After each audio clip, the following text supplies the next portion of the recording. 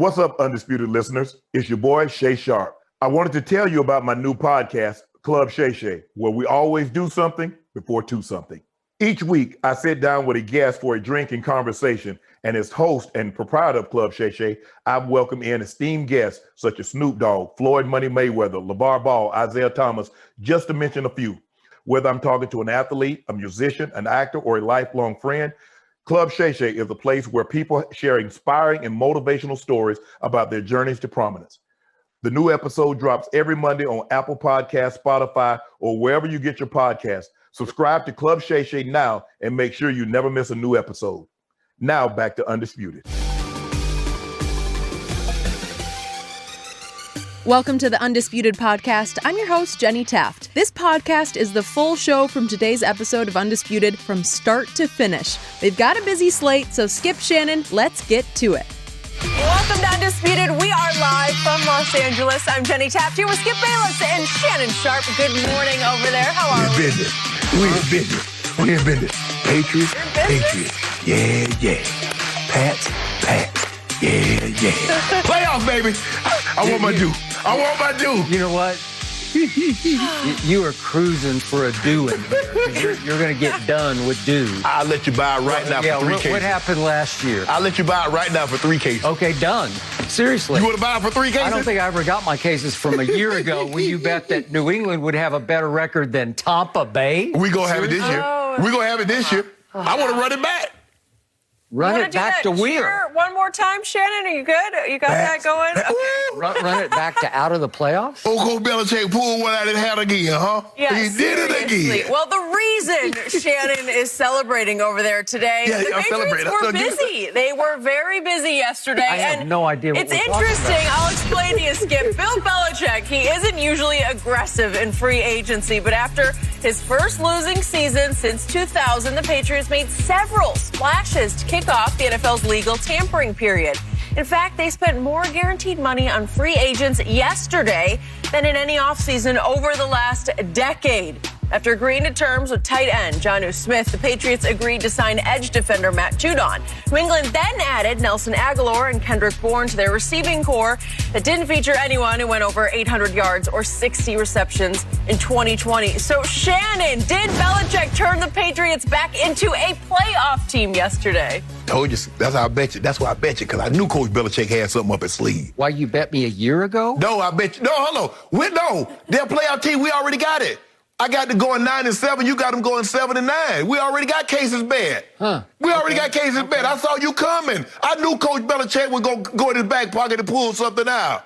You're like 20 cases due down, and you saw me coming again? Yep. Dude, I liked you to see me coming. Because I knew you like to kick a man when he's down. You thought the Patriots was down, you want to kick him. See. Okay. Skip, what they addressed yesterday were need. We saw that. The receiving position, the receivers weren't very good last year, and we're being nice. They upgraded. Now, hopefully, Nelson Aguilar, he maintains the form that he had with the Vegas Raiders as opposed to reverting back what he was with the Eagles.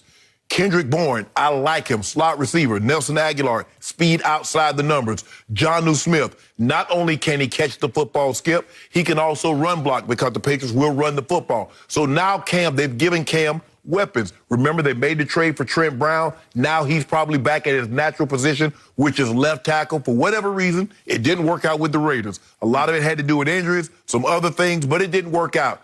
I believe he reverts back to what he was, a Pro Bowl player, got a big payday from the Raiders. He reverts back to that. Now you get the opt-ins. The guys that opted out, Skip, Chung, Hightower, opting back in. Skip, signed Jalen Mills. I like what they've done. They're going to be a major player. I'm not going to say, hey, they're Super Bowl contenders now, but they are going to the playoffs. And Coach Belichick's going to be a problem again. So just so you know what's about to happen, they're going to challenge Buffalo for that division.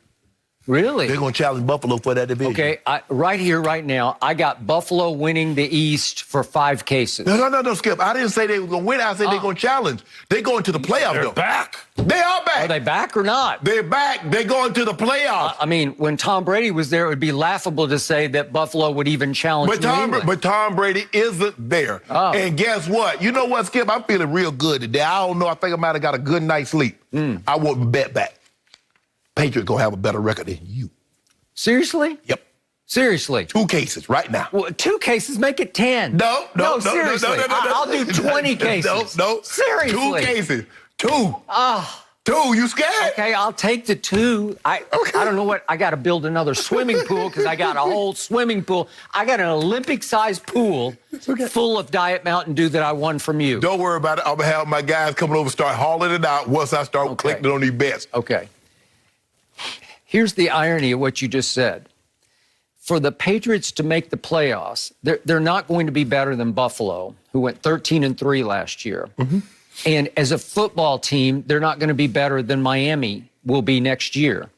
But you have one advantage, and it's because of the one guy that I told you going into the draft I did not like. Tua, no. I said no to Tua. You said, oh, he's... Yeah. Well, now they're stuck with Tua. And I don't see a way out of the woods that they're stuck in with Tua unless I'm not seeing the forest for the trees and they have something up their sleeve. They might have something up their sleeve. They might have Deshaun Watson. Okay, well, if they have Deshaun up their sleeve, then you're done. But right now, if they're stuck with Tua going forward with no Fitzmagic, who just went to Washington, we're going to talk about that in a few minutes on this show, because that was a shocker to me. Mm-hmm. But if they had Fitzmagic as the safety net to Tua, I'd say they're going to go 10-6 again. 10-6 didn't quite make the playoffs last year, but it's still a very good year for Brian Flores. And I have nothing but respect for Brian Flores.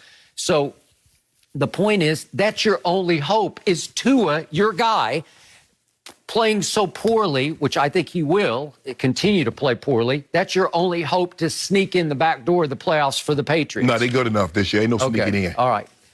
Now, let's step back and look at what happened yesterday. Nobody came out swinging the way Belichick came out swinging. And all of a sudden, what used to be called the Patriot way became any old way. It's just like, it just reeked of desperation. Let's throw money over here. And then let's go over there and let's throw money at the top of the rung over there. Let's just go over here. Let's overpay here. Let's overpay there. Let's hope this works and hope that works. Skip, they had a lot of holes that need to be patched up. So he started patching. Now you're talking about he's throwing money? Mm-hmm. They had a hole at the receiver position. You said N'Keal Harry and Damiere Byrd, those guys weren't panning out. You talked about how poorly their tight ends played. Mm-hmm. He addressed those issues. Mm-hmm. He also addressed the issue. They have Uche. They have Vinovich. So now he got another pass rusher in Matthew Judon. The opt-ins. And now you're complaining. I'm not complaining. I'm just being honest and realistic about what he just acquired. He way overpaid for a Nelson Aguilar, who got run out of Philly because he was a ball dropper. Yes. You know and I know, Philly, Eagles Nation, they were done with this guy. Yes. And I believe Raider Nation never quite was able to embrace this guy who had the 6th worst drop rate last year. Yeah. 6th worst. He'll drop some balls now. He will drop some balls. He can still run. He can still run by you. He gives you at least a threat of a deep receiver that you did not have. So I'm going to give you that much. But Pro Football Focus ranked Nelson Aguilar last year as a Raider the 47th best wide receiver. Not tight end plus like overall. This is just wide receiver. Right. 47th best. And he got 2 years, $26 million. Mm-hmm. It's a lot of money to pay for that guy who basically got run out of Philadelphia. Right. Do you love him? Because you've taken you've at times on this show you've ridiculed him. I have, Skip. Remember, I prefaced my comments. Hopefully, they're getting the Vegas Nelson Aguilar and not the Eagles Nelson Aguilar. Okay. Because, Skip, he played really well last year now. That's how he was able to parlay last season because he probably played for what last year, $5 million, if that? But he was able to parlay had a turnaround, had a great season with the Raiders, and parlayed that into 2 years, $26 million. He played so well. He was so transcendent that the Raiders did not make the playoffs last year, right? Hold on. So now we're going to put that on the wide receiver. No, I'm just saying it wasn't like he was a difference maker in Las Vegas. Well, no, neither is the coach. Okay. Well, you can have that. Let's go to the next guy. The best move that he made was Matthew Judon, but he overpaid because he paid him the top money for an edge rusher, and Is he better? Let's just go to Tampa Bay. Is he better than Shaq Barrett? No, he's not better than Shaq Well, Barrett. Shaq Barrett wasn't available. Okay, well, but he was available. You could have gotten him. But here's the thing, though, Skip. Shaq Barrett wanted to go back. Shaq Barrett got more money than Matthew Judon. He's in a situation that he's familiar with. He knows the defense that he's very familiar with. The weather is great. They're going to win. And no state income tax. So, Skip, if you're talking about, Judon got 16 million and Shaq Barrett got 17 million with a chance to make 18 million, I'm staying. Okay. So I do like him, Judon. He is somebody who catches my eye because he flashes in games where you say, oh, he made a play. He has made back-to-back Pro Bowls, but last year, Pro Football Focus, your favorite website, ranked him the 87th best edge rusher, 87th best. He did not have his best year last year in Baltimore. It was COVID-racked. It was a long, hard year, but you better hope that you get the best of him instead of what you saw too much last year. Well, Skip, I think a lot of that, but if you look at what they tried to do, what did they try to do in Baltimore? Remember, they went out and traded for Ngakoue, and it didn't pan out well for him. Calais Campbell didn't give them what they hoped he would. So there are a lot of things that they were hoping, says, okay, we got these two guys here, now Judon can feast. Well, those guys didn't pan out, and Judon, he still had a very good season. What do you have, 8, 9 sacks? So he still played very well. I believe in this system, Coach Belichick, and put with Uche and Vinovich, watch what he does. Double-digit sacks. Okay. And we go to tight end. So what happened a year ago? In Belichick, you trusted, and I said, no, he's about to get exposed. And I believe he got exposed because he buys the groceries. He runs the whole franchise. He gets to pick every player in the draft, free agency, whatever. It's all Belichick all the time. And I told you from the start, it was 75% of the credit should go to the quarterback who allowed Belichick to swing and miss often in free agency or the draft and get away with it because Brady was transcendent. Brady was the greatest leader in the history of sports, and Brady was the one who created and installed the Patriot way in New England, just as he did in 1 year's time in Tampa. So the point was, Belichick goes into the draft. Shannon Sharp, Hall of Fame tight end, says, look what he did. He went in the third round and he got 2 tight ends. Yeah. Really? Let's see. Dalton Keene, who once took a shot at me. I had to look up his name this morning because I couldn't remember it because he did next to nothing last year. And then Devin Asi. These are the 2 third-round picks. I had to look both of their names up because they totaled last year. The 2 of them together totaled 5 catches for 55 yards. That's total for the whole year. That's awful. Rob Gronkowski in the Super Bowl caught 6 balls for 67 yards and 2 touchdowns. Okay, think about that. So Gronk, just in one game, which happened to be the Super Bowl, had better stats than the 2 tight ends trying to replace him, quote unquote.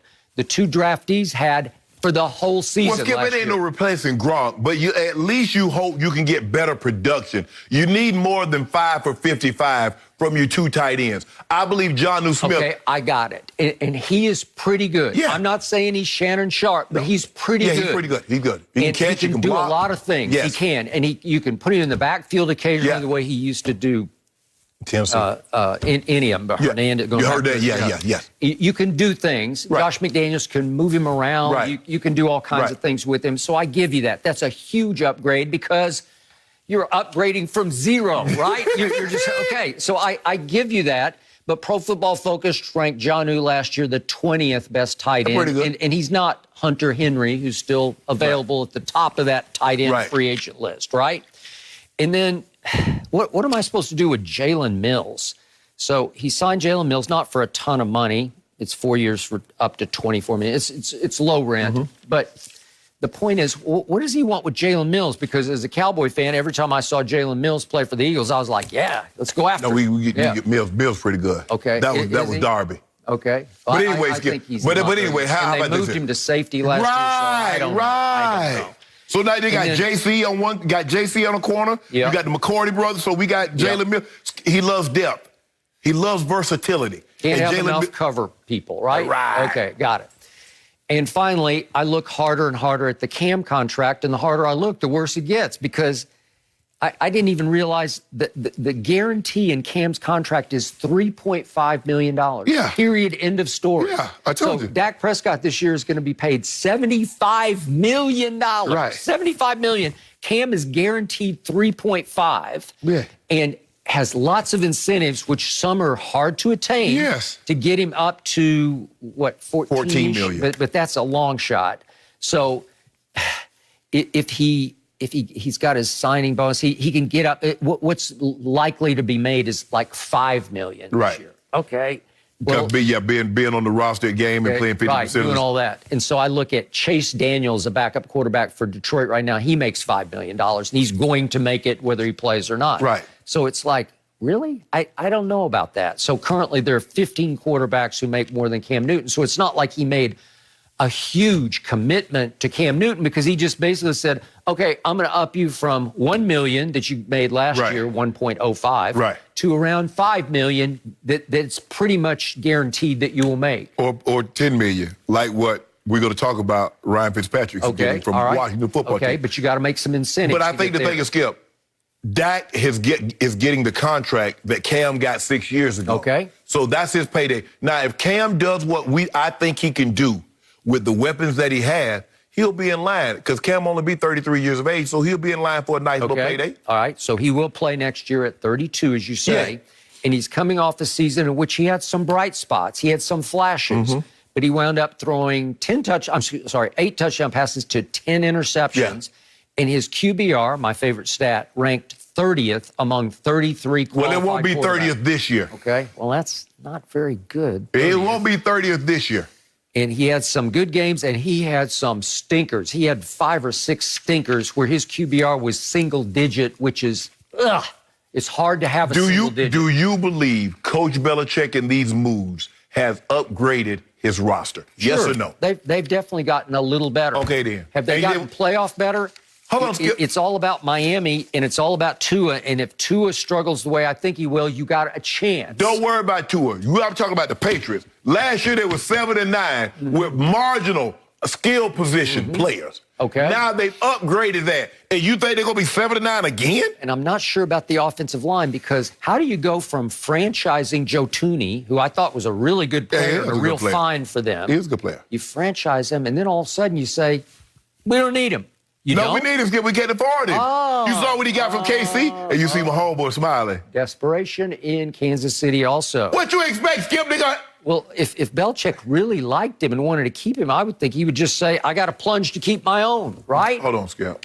At some point in time, Coach Belichick, you know how he feels about – he really feels that, like, with any position, that he can just plug in anybody, and his system is so great, it's going to be able to function. It used to be when Brady was there. But they traded for Trent Brown, who they paying a ton of money. Skip, he's probably making $16 million a year. And with all these additions, it was just got too I mean, Joe Thuney is at the top of the guard pool, Skip. I mean, that dude is, 5 years, $80 million? That's $16 a year for a guard. You also lost Marcus Cannon, who I thought was a pretty good player. We ain't losing, we traded him. Well, you lost him. You don't have him. How you know we're not going to replace that in the draft? We got something up. So now you're a we? You think, hold on, you think we done? You think Coach Belichick is done? No, I don't. Okay. I don't. But I think you're done as far as contending for Super Bowls. Coach Belichick has that credit card that doesn't have a limit on it. So we're at the grocery store. We still shopping. Oh, we still shopping. There's some great bargains to be had. See, you let that first day skip that rush. That first rush, everybody just getting all the stuff. But you know what? If you just give it a couple of days, everything will settle down. There's a nice pair of jeans over there that nobody saw that you can get for half price because everybody think they done picked over. You know, Belichick, if you look back through history, he's had some big swings and misses in free agency. Everybody has. Albert Haynesworth, I can go down the list. Yeah. There are a lot of those. Yes. Chad Ochocinco. Skip, he swung and missed. We're not talking about that. That past don't have nothing to do with the future. We're talking about right now. Do you believe he swung and missed yesterday? Yep, he probably overpaid for a couple. He overpaid for Judon. You have to overpay him for it, Skip. Okay. If you don't overpay, why would a guy leave his system where he's comfortable, where he's had success? Why would he ever leave to go somewhere if you're going to give him the same money that the team that he's playing for is going to give him? Why would he ever leave? He wouldn't. So you always have to overpay in free agency.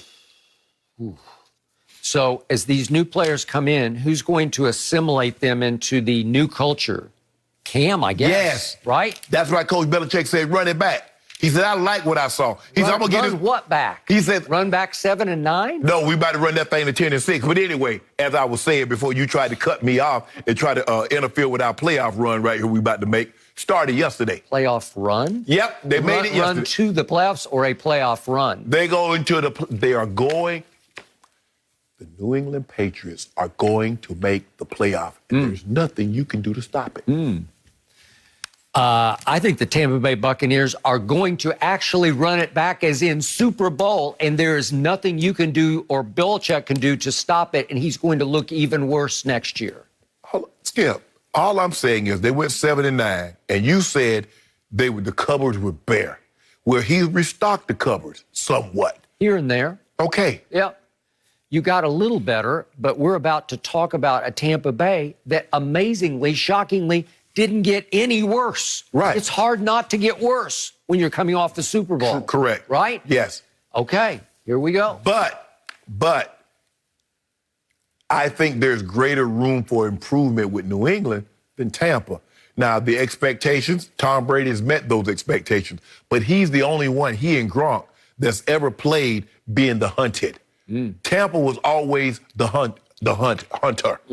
Now they're being they weren't even the hunter. They were just out of it. They were just out there in the field. They were not worried about anything. But Tom Brady knows what this feeling's like because he's been in this position 6 times before. So now this is the 7th time of being the guy that everybody, Skip, you're everybody's Super Bowl. Everybody's Super Bowl. You see how everybody get up to play the Lakers?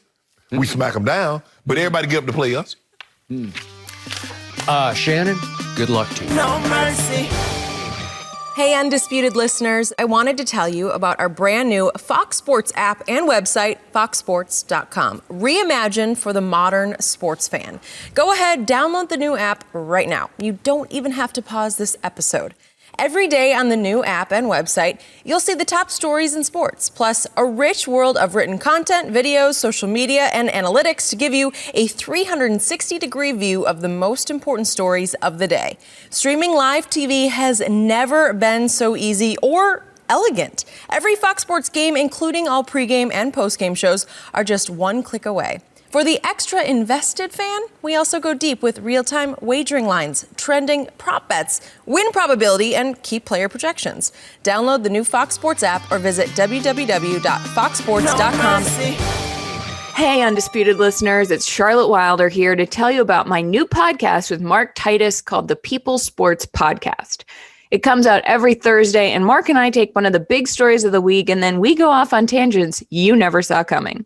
This might mean that we start talking about the Dodgers winning the World Series and end up wondering if Knicks fans deserve happiness. Or begin with LeBron's greatness and end up drafting our ultimate beer league softball team made up of old athletes. Whatever it is, the only rule of the show is that it has to be fun and funny because these days we could all use as many laughs as we can get. So check it out wherever you get your podcasts and come down weird sports rabbit holes with us. We can't wait to have you. Well, the Bucs made some power moves yesterday to keep the core of their Super Bowl team together for the 2021 season. After beginning the day with $14 million in cap space and ending with about $4 million, Tampa signed Shaq Barrett to a 4-year, $72 million contract with a team-friendly $5.6 million salary cap hit for 2021, and then brought back Rob Gronkowski on a 1-year, $10 million deal. After bringing back Lavonte David and now Barrett, the Bucs have a chance to be one of the best defenses in the NFL again. So, Shannon, how surprised were you by all of this from the Bucs? Well, I'm very surprised because I believe both players could have gotten more in the open market, but clearly they value winning. They value the situation that they're currently in, Skip. As Lavonte David said, it feels like a family. And, you know, with Tom coming down there, you know every single year you're going to be in position to contend for a title. And that's what you can hope for. It's not like they got bad money, Skip. It's not like Tampa offered them $5 million. They got very good money. But I believe if you test the market, in order for someone to pry you away from that situation, they're going to have to overspend. But those guys say, you know what? I don't even want to get tempted. That's why the dealership Skip, when you go to buy a car and you say, well, I'm going to go look at something else. They say, no, but well, what can we do to make it right? How do we get you in this car right now? Because they know you go somewhere else, Skip, there's a good chance another salesman can put the pressure on you and you ended up never coming back and purchasing the car that you just test drove. So I like the move, but Skip Bayless just told me, said Matthew Judon had a down year last year and he was the 21st Pro Football Focus, the Pro Football Focus ranked Matthew Judon, the 21st best edge rusher. I think it was worse than that, wasn't it? No, 21st. 21st. He was 21st. Okay. That says 87. I don't know. Go ahead. Guess who was the 22nd best pass rusher in the NFL last year? Okay. Shaq Barrett. Yeah, I told you during the regular season he was a no-show a lot of times. But guess what happened? The number you just gave me was regular season. What happened in the post? But guess what? Shaq Barrett had the most pressures of any player in the NFL. Okay. So he might not have necessarily gotten home, but the pressure that he generated, forced throws early, guys throwing off their back foot, got interceptions. I love what they were able to do. It doesn't happen very often. A team wins the Super Bowl and keep all the players that they want to keep, especially the big ticket items, Skip. Normally those guys, they're gone. But Shaq Barrett, Lavonte David, Gronk, I wasn't worried about Gronk. I knew Gronk was going to stay because he and Tom Brady are a package deal. But Lavonte David and Shaq Barrett, they surprised me, not so much that they came back, is that they didn't go to see what was out there. And maybe they didn't want to see what was out there. Maybe they knew what was out there, and somebody's going to throw so much money at them, Skip, they're like, I can't go back. But give them credit. Give Bruce Arians, give Jason Light, give them credit, Skip. They kept this thing together at least for another year. It looks like they're in position to run it back, to be even better than what they were last year. So I like it. Both guys got good money. Lavonte David got $17 million in his first year, Skip. That's very good money.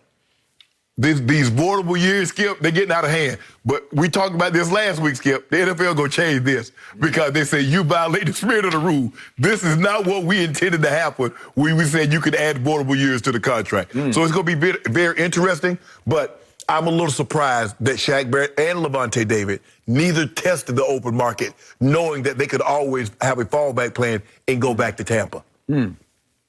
So, are you ready to acknowledge I was right about this? Yeah.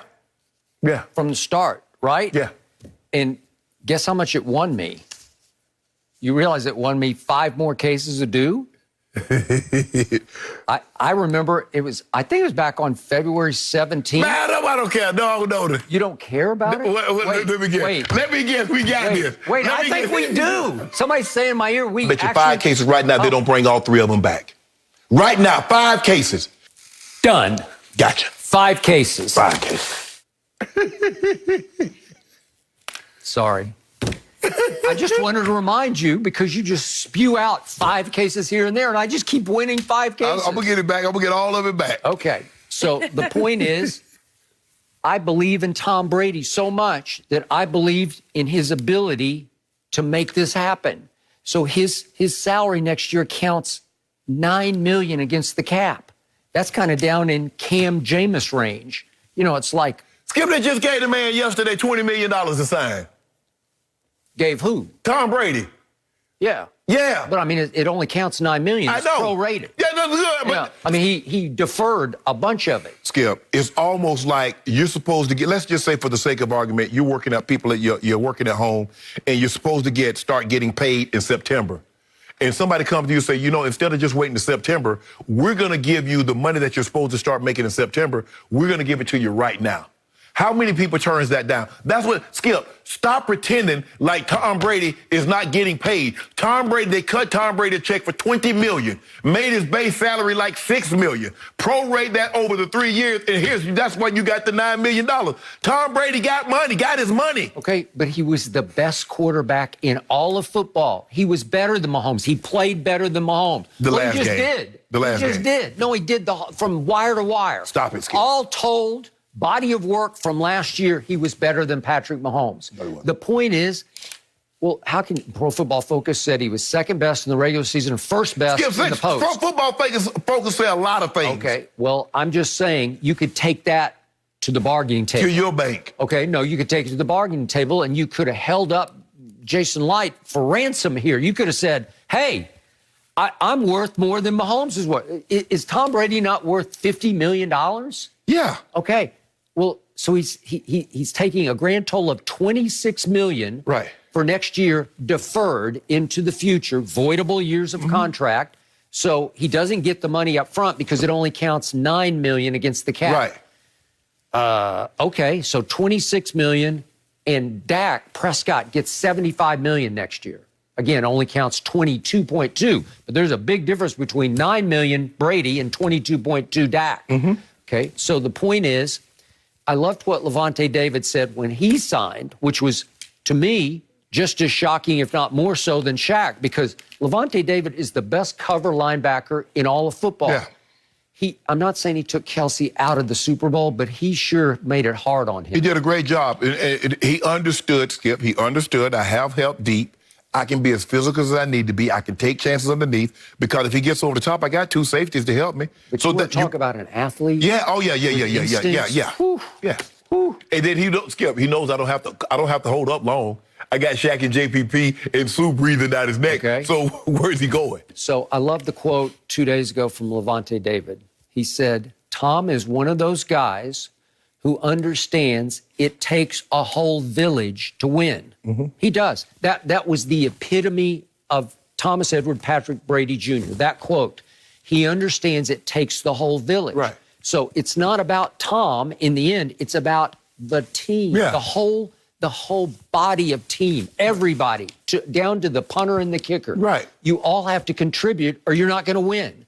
True. So he understood, I've got to take less. In fact, if I'm Tom Brady, I take nothing, but I don't think the NFLPA would stand for that. Well, I think the thing is, Skip, like I said, all he did was just, he got his money now. They cut him a check. And you saw what Mahomes did. They turned his roster bonus, Skip, into a signing bonus. They're going to come back to Kelsey. They're going to come back to Chris Jones. And that's what they're going to do. The guys are going to get their money. They're just getting it early. I mean, man, I ain't got no money coming in until September.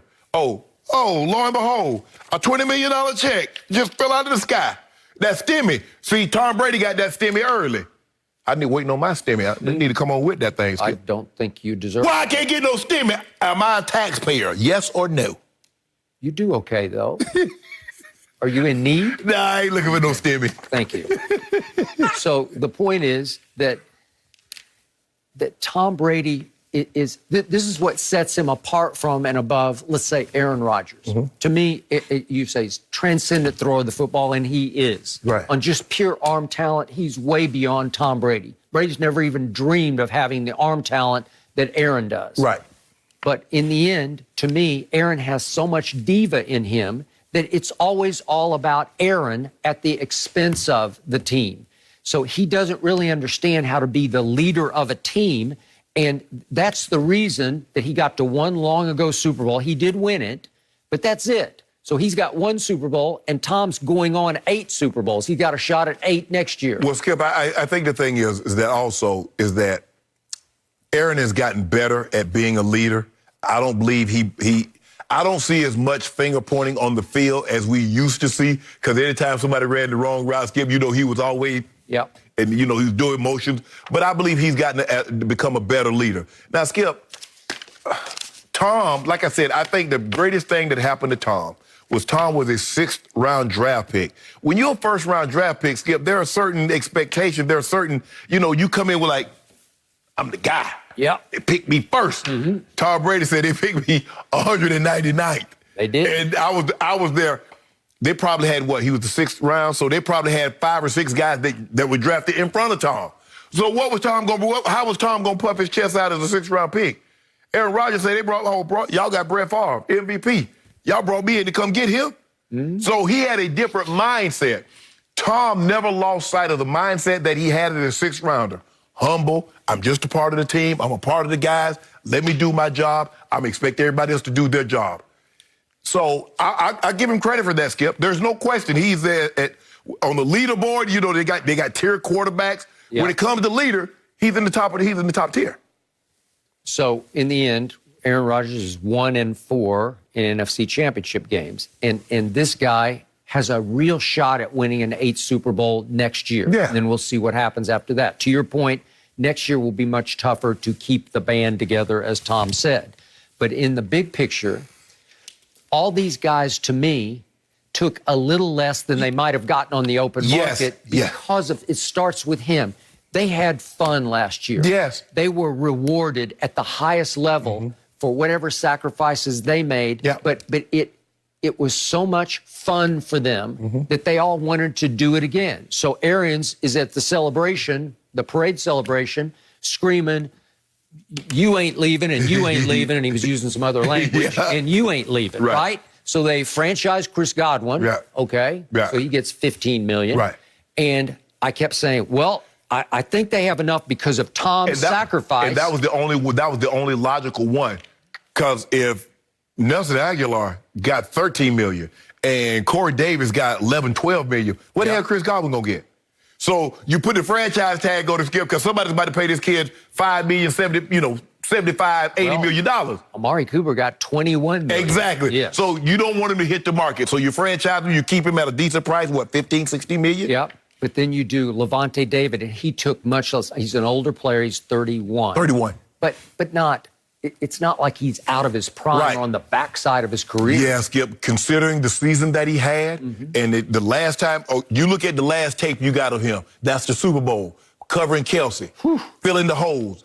That's $15-16 million worth, even if it's for 2 years. Okay. And then they paid Shaq Barrett because, A, he's a great teammate, and they all love him, and they enjoy being around him. Right. But, B, when you when you need him the most, he'll be there for you because against Mahomes in the game, the regular season game, they're about to get blown completely off their turf, and he blindside strip sacks Mahomes. Made the play. And it got them going and got them back in a game that they finally lost 27-24. And he set the tempo in Green Bay. Okay, but what happened at Washington the first playoff game? Nothing happened. At New Orleans, second playoff game, I don't remember him playing. At Lambeau, he took the game over against the transcendent Aaron Rodgers. He had a run very similar to what Vaughn did in 2015, Skip. If you remember the first couple of games, Vaughn was like getting there, and then all of a sudden he jumps off the screen when he plays in the championship game against Tom Brady, and then he lost his mind in the Super Bowl against Cam. If you give those guys 2 weeks then to heal up and get ready to go. Yeah. And Shaq was flying. JPP was flying in both the NFC game and the Super Bowl. You better have top-notch tackles to block those guys. And I knew it was going to be trouble. I said, hold on, Rimmers? That was the guy that was at Carolina that struggled to block Vaughn at the right side. Now you're going to put him on where it requires a more athletic player, and you're going to put him on the left? Yep. And then it came down yesterday to a Rob Gronkowski who just the day before said, I owe it to myself to test free agency. I'm going to stick my toe in the water just to see what's out there. Right. I don't think that happened. Skip, that was the way they probably said, well, Rob, we got like $5 to $6, $7 million for you. He's like, well, I think I'm going to stick my toe in the fridge. Okay, we got 10. We'll give you what we gave you last year. Okay, I come back. Okay. Well, obviously, is there a greater bond between a receiver and a quarterback than this one? No. And speaking of rising and shining when the lights were brightest, the deeper they got in the playoffs, the more he became a factor. And the thing is, Skip, is that as we start to age, you see the difference between Gronk. Gronk looked better in the Super Bowl than he did. Once he came out of the bye, because he got 2 weeks to recover, and then he came out of the NFC Championship game, the Super Bowl, 2 weeks. So he can't go do what he used to do week in, week out, dominate the game, Skip. But you give him a little rest. Okay. So left on the docket now in Tampa Bay, Antonio Brown, Leonard Fournette. That's easy. Sue, I don't know about Sue. That's the one I said in Suck Up, who only went 9 for 9 in the postseason field goals. I mean, man, I don't know, Skip, if you're gonna keep Sue. That would be the one, the odd man out. Because he sees the money that they're getting out there. Hold on, y'all paying defensive tackle still $10-12 million? Yep. Okay, well, we're going to break that down a little bit later in the show. Some of those players that still haven't re-signed with the Bucs, we'll get to it. But for this next discussion, let's talk about the NFC South. Let's stay there. After Drew Brees announced his retirement on Sunday, many wondered who would replace the Saints franchise QB of 15 years. New Orleans may have answered that question by bringing Jameis Winston back on a 1-year, $12 million deal. After signing for the minimum last season, Winston learned under Breeze with the hope of taking over. Of course, the Saints also have Taysom Hill on the roster to compete with him in this situation. So, Shannon, what does this deal tell you about how Sean Payton views Jameis Winston? Well, clearly he views him. He wanted him back. Jameis wanted to be coached by Sean Payton. Sean Payton wanted to coach Jameis. And Skip, the talent is there. You don't throw for 5,000 yards in this league with 30 touchdowns, 33 touchdowns, and not be talented. That just doesn't happen. Yep. So he's talented.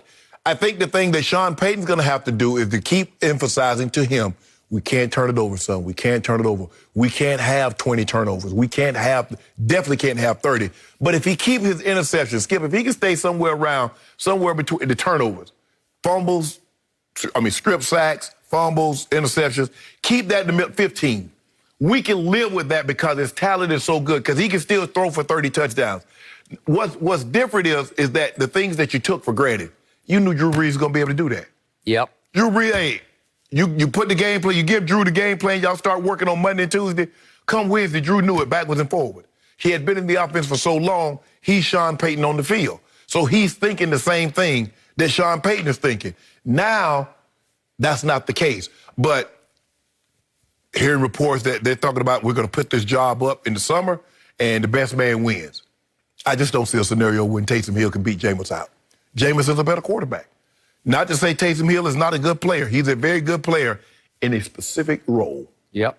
And I believe that role is to keep using him as you're using him. But to be an every down Skip, we saw when he got a month to be the every down quarterback, Skip. It didn't go well. It did not. So I just believe Jameis is a better option. If you thought Taysom Hill was your guy, you let Jameis walk. So we got our guy. We good moving forward, and we don't look back. I believe they believe Jameis will win this job, and they're going to be very happy when he does. Okay. So my late mother didn't teach me much. She wasn't around much, but the one thing she always said to me was, you get what you pay for. Mm-hmm. And I always remember that. You can't just get it on the cheap. If you pay nothing for it, it might add up to be nothing, right? Keep that in mind when we talk about your Cowboys coming up. We will. So, again, the harder I look at what Jameis got, I am stunned by this, at how little this contract is. Mm-hmm. The guarantee is $5.5 million. I told you. Yeah, that's $2 million more than Cam got. Okay, I got it, but it's still very low pay for a guy who was the first overall. So was Cam, first overall pick. I'm a fan of both those guys. Before those drafts, I said yes to both those guys. Yep, they deserve to be number one. Jameis had all kinds of off the field at Florida State. We know all those incidents. But I still thought he had high leadership intangibles because he does. Players will follow him into quote-unquote battle. Right. And he's a better athlete sometimes than you think because he can move around pretty well. Sometimes it's a little awkward. It's not like the prettiest athletic ability. He reminds you of Byron Leftwich, Skip. Maybe it does. Yeah, that's a good one. Bingo. Yes. But he has a big arm. Yeah, he does. And he's got guts, sometimes to a fault. Yeah. But he played baseball too, Skip. So he played baseball. Yep. Good point. So I thought, silly me, I thought Jameis would actually go test the market and be a player in the market. I thought Washington or whoever it might be would say, yeah, we'll take a shot. And I thought he might command middle-range quarterback money, maybe $20 million, and a commitment of, I don't know, 2-3 years. Like somebody would say, we want to go forward with Jameis as our quarterback. Okay. Well, apparently nobody did because there was enough time to test the water. Yeah, absolutely. Because there's nobody cares. Well, Skip, yesterday was the official legal day. Tampering. Yeah. Legal tampering. Wink. Right. That they've been doing since the season ended and before. So Jameis, an agent, had to come back to Sean Payton and company, kind of helmet in hand, and say, okay, we'll take whatever. Incentives up to $12 million. So it's pretty close to the Cam deal. Right. So Jameis took, just like Cam did, his first go-round to reprove himself, to sort of learn under the great Drew Brees. He took $1 million. So did Cam. $1 million. Right. To learn, just to sort of go to the Drew Brees school of quarterbacks, and Sean Payton for that matter. And then he turned right around and said, Yeah, and I'll take low again because I have to continue to prove myself if I get a chance to start. But, Skip, I think the reason why both players did it that way, Skip, do you really want to go and try and learn a new system in a new location again? I guess so. And that's a fair point. And it's a good point. But still, you always say, you know, we're talking about Shaq Barrett. He says, I'm going to break the bank. Well, I thought Jameis would get paid here. No. I think the thing is, Skip, and, you know, you still got some nice weapons there. You got Alvin Kamara. You got the running game with Murray. You got Michael Thomas, who's going to come back healthy. You have some weapons. You're familiar with this system. Cam, he's like, hold on. Man, they got me Aguilar. They got me Jonnu Smith. They got me Kendrick Bourne. Yep. I got a left tackle now. Okay. We could be a player. We could be a player. Yep. I know the system. We can expand on the system. They know what I'm capable of doing, so they put even more on my plate. I think it was in the best situation of both guys to remain with the teams where they were and get another year under their belt. All right. So what did Jameis do last year? He got to throw 11 passes and completed 7 of them. And I guess it wasn't enough to wipe away the stains on your NFL legacy that has made you the ultimate turnover machine. Yeah, you're not. So through his first few years leading up to last year, he led the league in turnovers in total. And then that 1 year in Tampa, obviously, he ran away with the but it wasn't even close, Skip. Wasn't close. It wasn't close. All right. So we know that's his reputation. Right. That was his reputation at Florida State. Mm-hmm. He's going to turn the football over. Right. Sean Payton will not like that. Right. So apparently with just another 1 year prove-it contract, Sean is saying, I need to see a lot more from you. And rightfully so, Skip. But guess what? At Florida State, you could turn the ball over because guess what? For more times than not, you were more talented. So you could overcome those turnovers. Turn the ball over to the NFL and see what happens. See what happens. So I'm not looking at Taysom Hill's new deal that they restructured. Okay, but 4 years for 140 portable. But it's for this year. Yeah. It's just it basically boils down to a 1 year deal, and he makes 12.2. Right. So Jameis is scheduled to be guaranteed 5.5. So Taysom got decent money. Right. Does that mean that maybe in Sean Payton's head that he's at least thinking Taysom is 50-50 with Jameis? Maybe. No, I don't think so, Skip, because I think last year he signed that 2 year deal, so they probably gave him a little signing bonus and then kicked it, the avoidable years, and so you prorated out. So it's really I'm not looking too far into a situation like that. But just like we said, Skip, with Cam, remember we put Cam, they said, okay, Steads and whomever else, they're gonna put the job up. I said, I just don't see a scenario where Stead can beat Cam out. What had he ever done? So I don't see a scenario. But we've seen what Taysom can do in small doses. Yeah, small doses. That's why I said keep him in that role. I got it. When you expanded his role into the starter, it didn't go well. He would make a play here or there, but he couldn't sustain it. Yeah, because remember him in Denver? He was terrible in Denver. He was terrible. He was terrible in Philly. At Philly, because Jalen beat him. Yeah. Yep. So Sean Payton, like, hold on.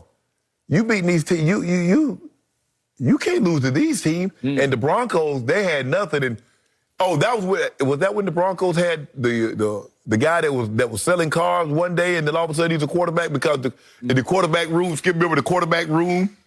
All of them had contact tracing and they had to miss. Yep. So I just believe Jameis. If this job is a competition, I believe Jameis wins the job for the Saints.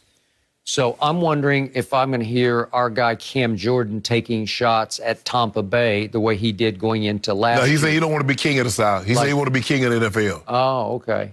So all of a sudden, if there's no Drew Brees in New Orleans, did they stomp on Tampa Bay twice in the regular season? Yes, they did. Is that going to happen next year? No, it's not. Tampa going to be looking for revenge. Yep. Well, they already got it. They got that championship back. So look. That's the thing, Skip. When you play a team like we beat Green Bay in the Super Bowl, and then we played them in the preseason. What y'all gonna do? Preseason, even play y'all in the regular season, I don't do nothing.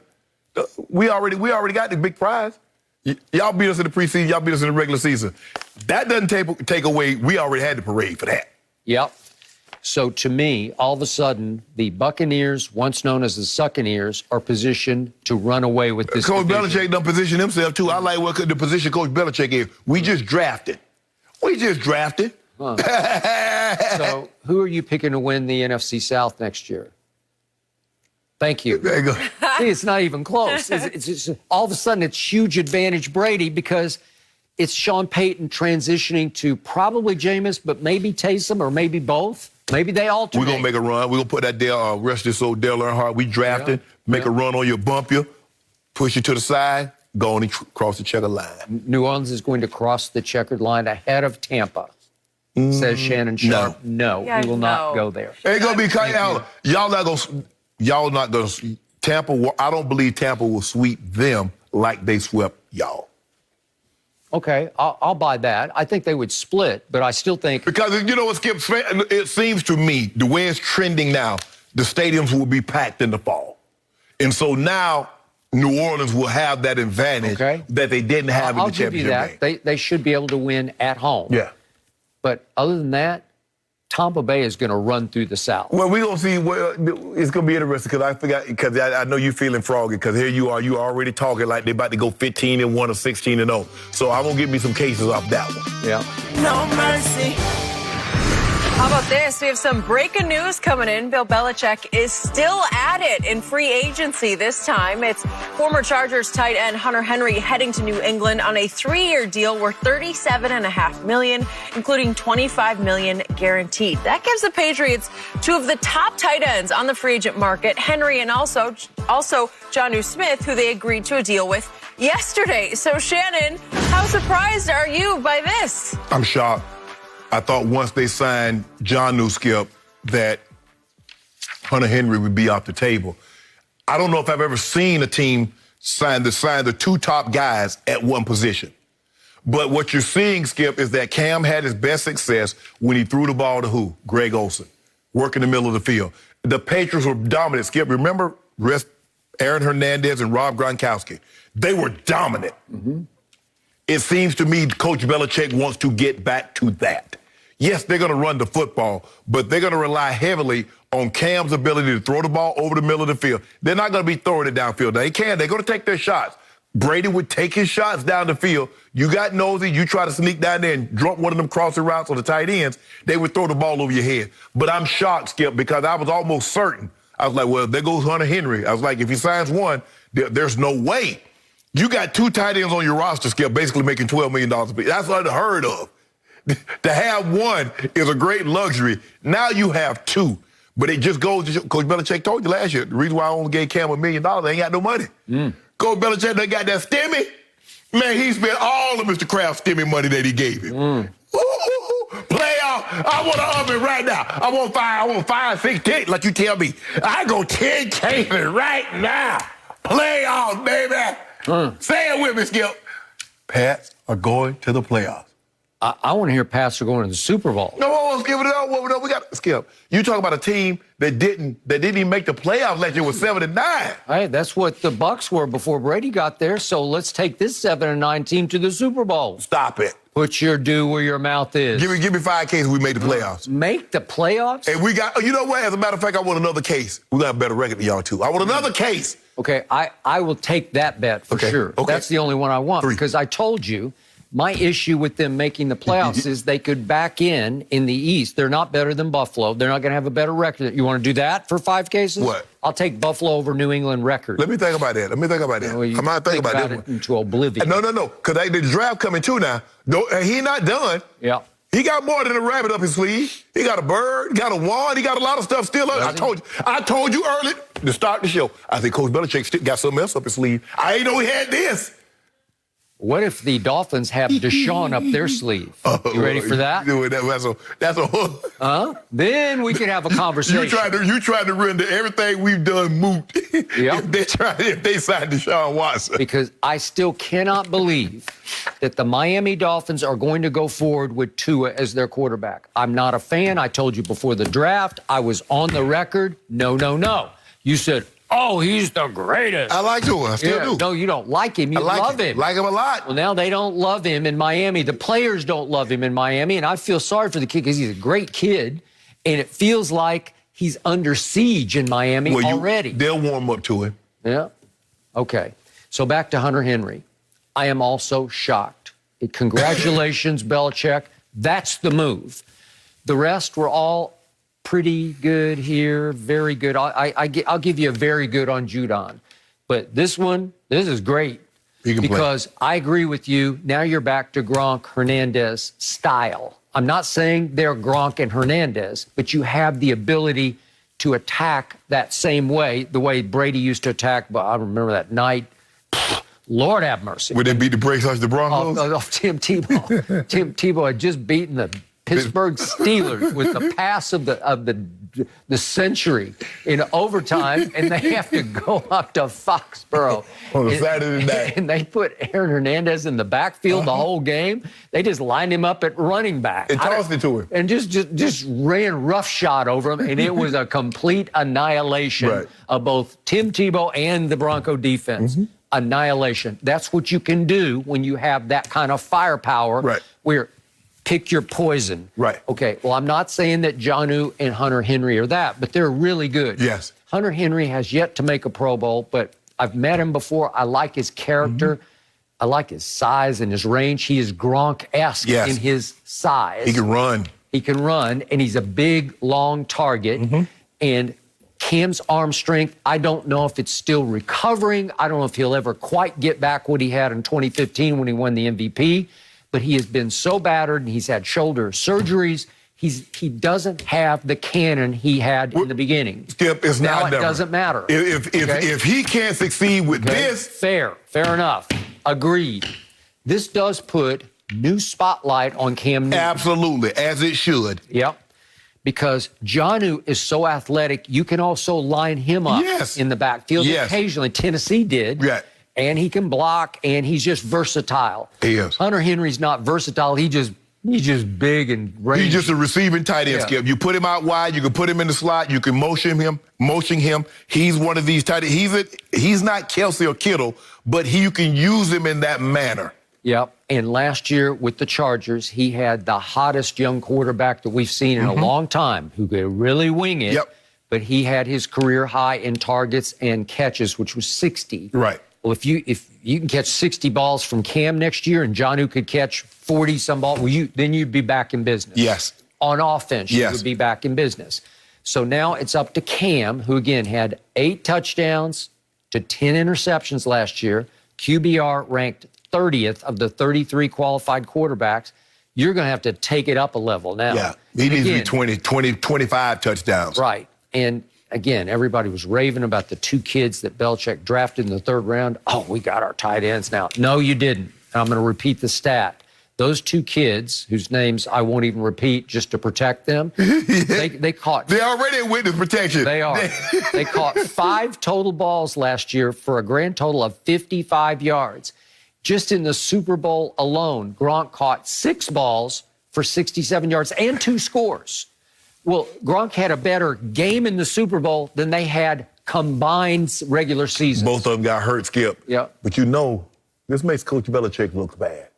You took 2 tight ends in last year's draft in the 3rd round, and you're already replacing them with 2 free agents. Yep. That's not how it's supposed to work, Skip. Well, you are admitting you swung and missed twice in the 3rd round. 3rd round picks to Belichick are very valuable. Yeah, that's valuable. It's where you score. Okay? Yes. All right. So now you step back and say, okay, so Josh McDaniels has something to work with. Can they protect Cam the way they did last year? Got it. I don't know. Joe Tooney, no Marcus Cannon, but they did get Trent Brown. He comes and goes for me. He's enormous. He ain't come and go when he was with the Patriots. He ain't give up nothing. Tom Brady didn't blocked out the whole backside. Well, he's that big. He can block out the sun, right? So in the end, I will give you the upgrade, but I still will not give you anything. But let's see what Miami does here. But I will bet you any number of cases that Tampa Bay will still have a better record than what's left of New England. We're going to be like, you know what? I was thinking like 10-6. I got to feel 11-5, 12-4. Can y'all match that? You want to go 12-4? Can you match that? Yeah. I'm already smelling 13-3 down in Tampa Bay. We're gonna be 12-4. I think 12. Right now I'm sitting on 11-5. Okay. But something keeps pushing me towards the 12-4. Okay. So I need to get it official on the record. How many cases do we have bet in total that New England will have a better record next year than Tampa? I need to know. We ain't bet that yet. We ain't I bet thought that yet. we did no, bet no, that. no. We ain't bet that. We ain't bet that yet. No. I thought we already. What we did bet is that 9-7. You said 7-9. I said 9-7. 8-8. We both is a push. But so now we got 3 cases. 3 that they make it the playoffs. You said they didn't make it the playoffs. Okay. Well, again, I didn't say that when we opened the show because I said it's about Tua. If he's the quarterback of the Dolphins, I don't care who they got. I don't care if they got Tua. They can have anybody. You We have make to it deal the with playoffs. them. They went 10-6 last year, but they got a little Fitzmagic blended in there. Skip, there's a 7th spot, and that's what I was counting on. Now I'm thinking about we might not get that 7th spot. We might get the 5th spot. Really? Yeah. Well, are you good enough to beat the Bills in the AFC East? Yeah, they're going to be good enough. They splitting. They not sweep. The Bills not sweeping them like they did last. Cam had them on the ropes last year with nothing. Okay. You keep talking, they might sweep the Bills. Okay. Well, do you want to go there? Not yet. AFC East? And plus, hold on. You know, you still got that chip. Stephon Gilmore. Yeah. You might, they're probably looking to shop him. Okay. We get a 3rd, 4th round pick. Now I think Coach Belichick probably wants a 2nd round, a 3rd rounder for Gilmore. So Okay. we're gonna be major players. Skip. So you're going to win the AFC East? We not done yet. Oh, okay. You know we're not done, Skip. Well, I don't think Miami's done yet either because they have done next to nothing. Man, Coach Belichick. Man, I ain't know Coach Belichick was a chef. He just keep bringing out these course meals. He got your appetizer, get your little thing, you wet your hands, give me keep bringing out these dishes. And got by the else way, for you the too. one move that the Patriots made yesterday that went right under the radar was they stole a guy from Miami named Devon Gottschall, a defensive tackle out of LSU, a 5th-round pick. Run stuffer. Run stuffer. He ranked in Pro Football Focus the 126th best defensive tackle last year. You think Coach Belichick looks at those stats? Yep, I No, do. he does not. Coach Belichick got his own stat. Guess what I got? 6 rings. How many Pro Football Focus got? I've been to 9 AFC Championship games. How many in Pro Football Focus? I know more. I guarantee you, Coach Belichick knows more football than anybody grading film or watching tape or giving out grades at Pro Football Focus. I'm going to trust him over for a them. guy who knows so much football, he sure is coming across as absolutely desperate right now. We are. Throwing money at any and everything that walks. Yeah. I'll take that. I'll take that. I'll take that. You know how you get new money. Yeah. You get new money, but hey, my grandma used to give me money, boy, don't spend it all in one place. Yep. He done spent all Mr. Kraft skim in one place. The first 2 days of free agency, gone. Gone. No mercy. After 2 seasons with the Dolphins, Ryan Fitzpatrick will join his 9th different team across his 17-year career. Fitzmagic is joining the Washington football team for 2021 on a $10 million one-year deal with incentives that could grow to $12 million. He's expected to enter training camp as Washington's starter, with Taylor Heineke providing some competition there. So, Skip, we'll start with you here. As a Cowboys fan, how do you feel about this signing? Honestly, Yeah. it scares me a little. It should. He's got some Freddy Krueger in him. It's like you can't get rid of him. And you never know. You got to look over your shoulder at Fitzmagic because you never know on any given Sunday. Yep. He can just rise up and go complete magic all over you. Throw 4 bills on you. Yeah. And you say, how is he doing it? This is his 9th team. 9th team? This is his 17th season. He's going on Breeze Brady. Yes. And he's still afloat. And I assume he's going to be the starter for Washington next year. After all the talk about maybe Russell Wilson will wind up there, or I thought maybe Jameis would wind up there. No, it's Ryan Fitzpatrick or Fitzmagic. This man is the most bizarre quarterback I have ever tried to figure out in all my career, because his record as a starter is 59, 86, and 1. So he's lost almost 30 more games than he's won. Right. Which means, how's he still in the league? Well, he's in the league because when you least expect it, he'll pull off a Magic Man game. And going back 2 seasons ago, he pulled off a game against the Eagles when they seemed to be flying pretty high at Miami. He just torched them. Yeah. And it allowed Dallas back in the hunt. Correct. Remember that? Mm-hmm. And then the final game of the year, they're in Foxborough. And Brady drives it down with 2 minutes left and does what he always does. It looked like another fourth quarter game-winning drive. And Fitzmagic went 75 yards in 13 plays to beat Belichick's defense at Foxborough with a last-second 5-yard touchdown pass to Mike Gesicki and knocked New England out of the 2 seed. Mm-hmm. He's capable. And then remember that the play of the year last year in pro football happened is Week 16 at Las Vegas against the Raiders. Do you remember this play? Could we see this? He heaves it up and got smashed in the process. Look at this. He got face masked. How did he complete this ball? When they say you throwing it blind? Yeah, that's blind. You want to talk about a no-look pass? And what's the kid's name? Mac Hollins. Yeah. Mac Hollins? How did he even get open? The game's over. All you got to do is play prevent, but they're playing such prevent that he somehow snuck between the corner and the safety. And then you tackle 15, so now they're field goal range. Yeah, now they just won the game 26-25. I've never seen anything like it before. So, again, would you believe that this man's been in this league for 17 years and never played a playoff game? Not a single one. Mm-mm. So he's not magic enough to get you the playoffs. The 2015 Jets, remember, they were 10-6, but they just missed out. I think Buffalo went in place of them. Okay? So do I think Washington's going to make the playoffs next year? I don't. They got hellacious defense. We know that. It got them to the playoffs last year.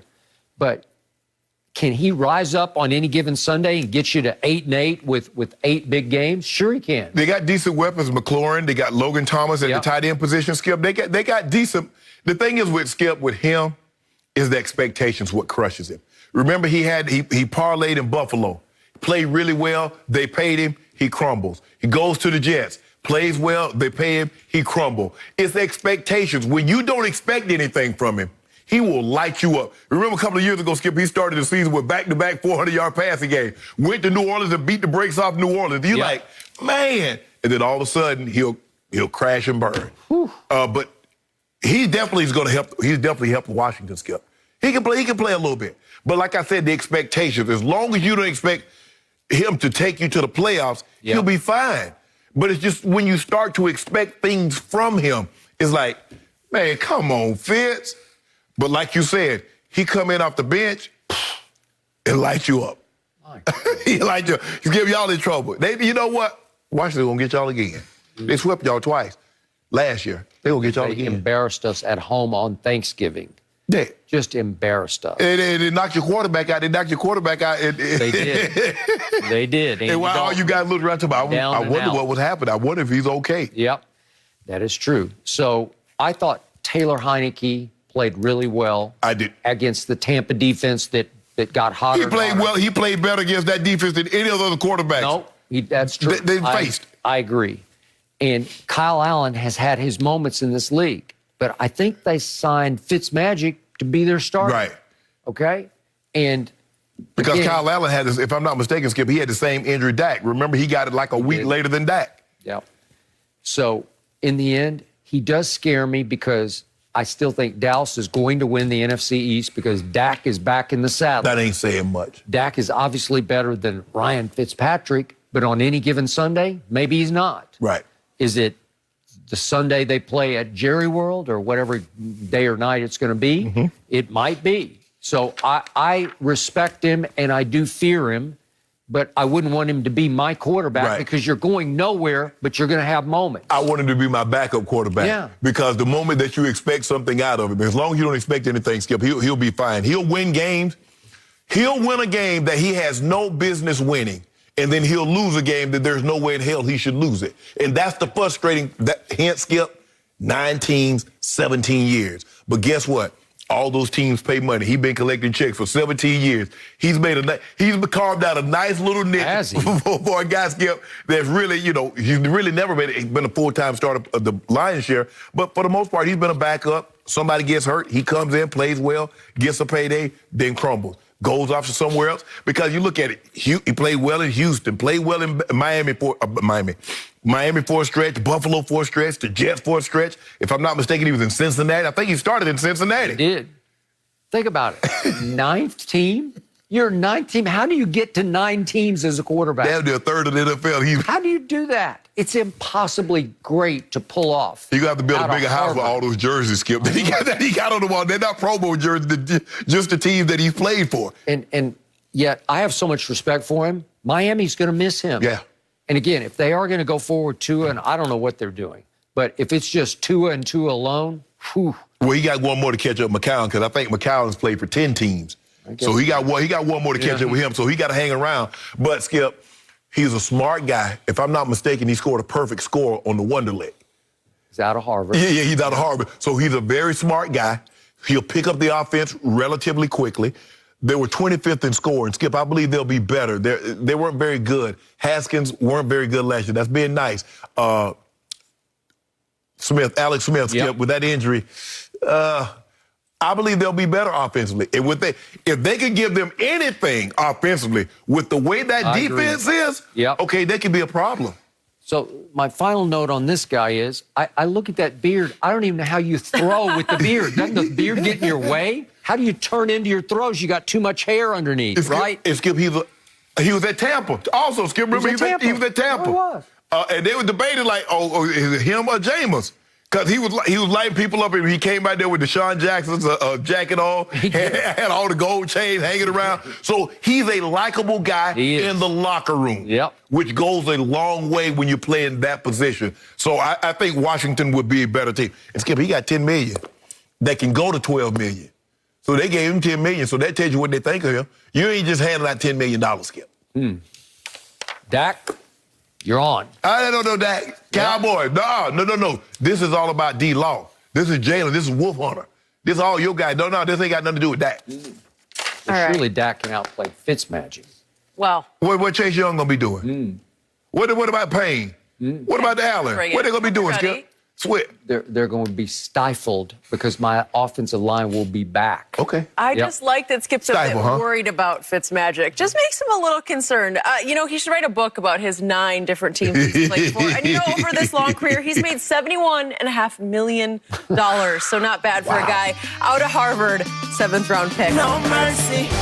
Bruce Arians has kept his promise that the Bucs would find a way to keep the bulk of their team together after reworking Tom Brady's contract, franchise tagging Chris Godwin, and re-signing Lavonte David and Shaq Barrett. Meanwhile, Bill Belichick and the typically conservative Patriots went on a bit of a spending spree yesterday, agreeing to contracts that will potentially cost $235.5 million for 6 players. That doesn't even include the 1-year, $5.1 million base contract Cam Newton signed on Friday. And then the Patriots added another top tight end this morning in Hunter Henry. So, Shannon, who has had the better free agency period so far, Brady's team or Belichick's team right now?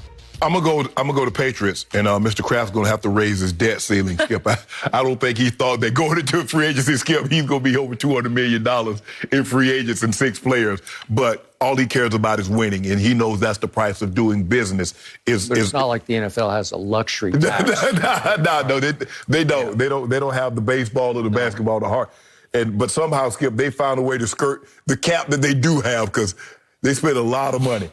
I'm going to go Coach Belichick, Skip, because I believe they got the 2 best tight ends in free agency. Because they address needs. Skip, they were 7-9 last year, and they were very, very deficient on the offensive side of the football. The tight ends gave them no production. The wide receivers gave them limited production. They have a game here or there, but in 16 games, Edelman had the one game, I think, against, who did he play? Seattle, and there was another guy had like a 160-yard game, maybe against the Jets or something like that. But for the most part, the production on the offense, Kobe Myers, against on offensive side of football, Skip, they had very limited production. They go out and get 2 tight ends, Jonnu Smith, Hunter Henry, who's going to help them. They go out and get 2 receivers, Kendrick Bourne and Nelson Aguilar, who's going to help. They get an edge rusher. They addressed every need, or whatever need that Coach Belichick thought they had coming out of last year. Coach Belichick went into free agency, and he addressed those needs. And Coach Belichick, normally he likes to develop players, Skip. He's like, no more. Tom Brady done put my feet to the fire. I ain't developing jack. I need guys that's ready to go play right now.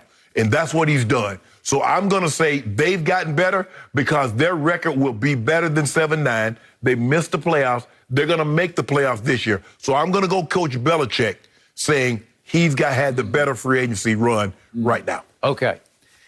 Bill Belichick got humiliated and exposed last year by Tampa Bay. And I still say that the Buccaneers, once known as the Succaneers, outplayed him even in free agency so far, because I think the Buccaneers won free agency. And again, they had players that they could have lost. So we have to consider these losable assets, right? So what did they do yesterday? They did the one thing you for sure said they couldn't do, and that's Shaq Barrett. Correct. Is Shaq Barrett better than Matthew Judon? Yes, he is. So that's a advantage Buccaneers. Okay. I have to throw Lavonte David in there with Shaq. I say both of those players are better than Matthew Judon. So they signed or kept two defensive studs who are better than Matthew Judon or anybody else that you can see that they've added defensively. But did they upgrade those positions? Every position that Coach Belichick got, he upgraded. I know, but it's hard to upgrade when you're the best. No, you could. They kept the best. In order for you to upgrade, you'd have had to get Aaron Donald. Well, I'll still take Shaq Barrett. What he did in the playoffs was special to me. So I didn't see Aaron Donald. I know he had an injury at Lambeau, but I saw Shaq go to Lambeau. Was Shaq better at Lambeau than Aaron Donald was? He was. Yes. He took the Super Bowl over. He's just got that gene in him, that playoff gene where he just rose and shone. Well, but Pro Football Focus said he was the 22nd best ever. I told you exactly what happened. There were many games during the regular season when he was too quiet. What about those 74 pressures? Okay. He was number one in pressures. He was. That actually shocked me. but yet he would have games where you'd look at the final defensive stats and you'd say, he didn't do much today, right? Okay, so then we go to receiver. I mean, Chris Godwin could have been lost. Right. But they said, no, we got the tag. We used it on Shaq a year ago. Let's put it on Chris. And I think he will be a very happy camper to make his, whatever, it's like $15.8 million. Right. Not bad. And play for one more year before he could hit free agency again next year. Right. So help me out. You want Chris Godwin or Nelson Aguilar or Kendrick Bourne? I want the two over the one. Do you really? Well, I've got this other guy named Mike Evans, and I got little Scotty Miller. But he was already there. We talk about free agents. Well, I'm just saying there's another one out there, Antonio Brown. He is yet unsigned. He is available to any and everybody. No, he ain't going nowhere but y'all. Well, I don't think so. So I'll throw him in with Chris Godwin. So he is available. So he's a free agent. So if they do, and I don't want to jinx myself because I'm not 1,000% sure they're going to bring back AB. I think because he's so close with Brady and he had so much fun last year winning his first ring. He contributed to that one Pittsburgh ring. But he had so much fun sort of rejuvenating his career. I don't think he was there when they won it in Arizona, Skip. Didn't he go? I thought he played in that game. He might have. Yeah. I thought he did. 10th year? Yeah. It's close. Because I know he wasn't a contributor. Right, because I know he was he was more of a contributor than the one they lost to Green Bay. I got it. Okay. So the point is, I'll throw him in the mix, and I'll take Godwin and AB over whoever you want to throw in. Kendrick Bourne. Okay. But Skip, I just believe because Coach Belichick needs, they were in need. Skip, so how much of a drop-off do you think? You still would have had them as even if they had lost Shaq Barrett, even if they had lost Lavonte David, you would still say they are a contender even without those guys. If they big losses. They'd have been big. Woo. It would have made the task a lot tougher. Yep. But you told me it's all about Brady. Now, so I'm trying to figure it out now. You said it was all about Brady. Now you mentioned the Shaq Barrett. Now you mentioned Lavonte David. And we got one more. The GOAT. The tight end GOAT. You're a Hall of Fame tight end, but there's one guy you've acknowledged was even better than you were. Gronkowski is back. He's back. $10 million. I will take Gronk over both Hunter Henry and Jonnu. You can combine them. You can roll them into one. I'll still take Gronk. He took over the Super Bowl. Hunter Henry, Jonnu have not made pro. I don't think Jonnu's made a Pro Bowl. No. I know Hunter Henry hasn't made a Pro No. Bowl. Okay, so we're talking about GOAT versus two guys who are really good. They were the top two. They're in on the free come. agency.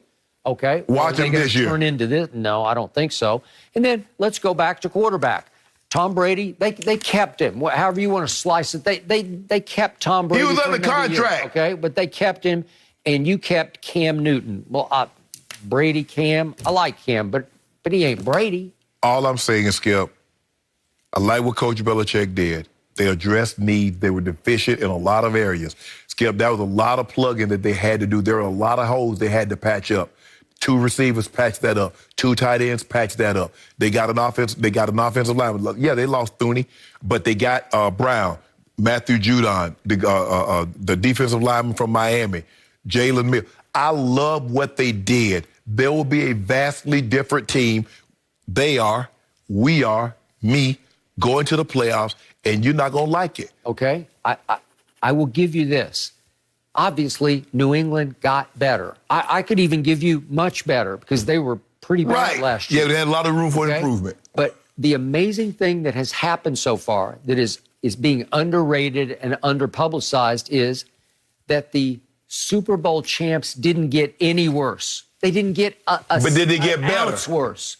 Well, it's hard to get much better. Yeah, How do you get better? Well, they do have draft picks, so we'll see What we you see. want to talk about Coach Belichick? Yeah, and by the way, free agency isn't over yet. Y'all ain't got no money. There are going to be some bargains at the bottom of the barrel, Hey, right? Coach, that bargain bin. That's where y'all shop. The Yeah. Cowboys, y'all in the bargain bin. Well, I'm afraid we are. I think we're going to talk I told about you that in a yesterday minute. you in the bargain bin. Well, that's unfortunate for us. But we're not talking about them. We're talking about, will the Buccaneers repeat? Will they run it completely back? Are they? Yes, they will. So they going to win the Super Bowl? Yep. I got them winning the Super Bowl. Okay, good. And, You they want- just, how many cases we got on that? well, you name it. Whatever you don't even, let's Name do it. it. I took advantage of you last year. I'll do it Oh, again. so you bragging, huh? Okay. Oh, you bragging. I take I'm advantage of you. feeling for you. I'm trying to protect I you. don't want you to protect me. This is the team, and No. they did win free agency, and I just closed the case. They have had a better free agent run than Belichick. It's just that Belichick's is more shocking because it's completely out of character what he's been doing. They don't ever do this. It reeks of desperation. I don't want you to help me. Desperation. But your day coming. Yeah. Since I took advantage of you. Yeah. But your day coming. Your day coming. Well, it's going to be sooner hey. than you think. You know what? Tom Brady took advantage of Bill Belichick because Bill pushed him out the back door, and in the end, Robert Kraft signed off on no more Tom Brady. And guess what? In the end, he chose Belichick over Brady. You got to accept that. Yeah, he did. Acknowledge But and embrace. I told him Tom won the first round. Coach Belichick won the second round. Tom won the third round. So let's see who's going to win the fourth round. Well, where did Belichick win the first round? Because he got his way. Oh, he got him out. Yeah. Oh, okay. He got his way. Well, you should put quotes around one. Well, I'm saying that's what he wanted. He wanted to move in a different direction. And Tom says, okay, you want to go without me? Okay, I'm going to do my thing. Okay. He won. Now, Coach Belichick to say, hey. So Belichick earned the right to say, I want to show you I can do it without Tom Brady. How far is he from winning his Super Bowl without Brady? Not very far. He right around the corner. 9 million miles. No, he's not. Yep. No, he's not. He's 9 million. Well, maybe 8 million. Skip, your rear view. Objects are closer there. Your side mirror, and Yep. the objects are closer than they appear. Yeah. Super Bowl just got Bowl's a lot closer for the New England Patriots Really? than you thought. Yep.